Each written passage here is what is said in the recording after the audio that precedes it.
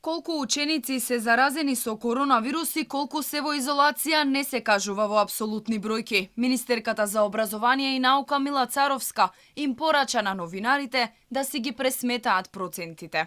Ако ги знаете реалните бројки, може да се изведат многу лесно процентите од бројката 240.000 ученици, што значи 0,2%, што значи 0,02% и што значи 2%. Сметам дека здравствените власти покажаа дека ја водат пандемијата и успешно се справуваат со истата и токму затоа продолжуваме да ги следиме инструкциите кои што Комисијата за заразни болести ги дава. 480 позитивни случаи на коронавирус помеѓу учениците се регистрирани од почетокот на учебната година, или како што би рекла Царовска, 0,2% од вкупниот број на ученици.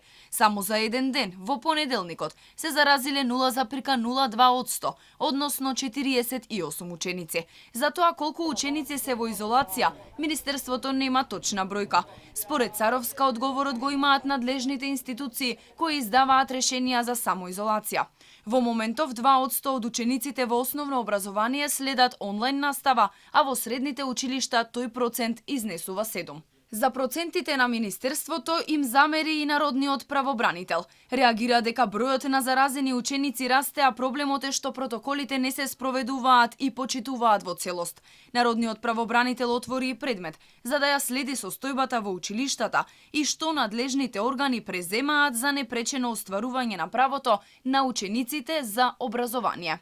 Иако средствата за јавно информирање секојдневно известуваат за конкретни бројки на ново откриени позитивни случаи на ученици и наставници ширум државата, ресорното Министерство за медиумите не соопштува конкретни бројки, туку само споделува информација за извесен процент од 0,02% од вкупниот број на ученици, при што се тврди дека интерна трансмисија на вирусот во рамки на училиштата не постои.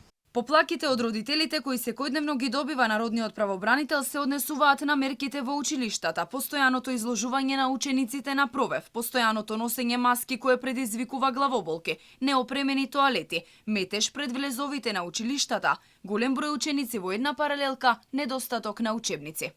И додека министерката се фали дека работата на образовниот систем е безпрекорна, од детската амбасада меѓаш и реагираат за нетранспарентност на Министерството за образование, а недостатокот на информации за епидемиолошката состојба во школите дополнително ги зголемува сомнежите и вознемиреноста кај родителите.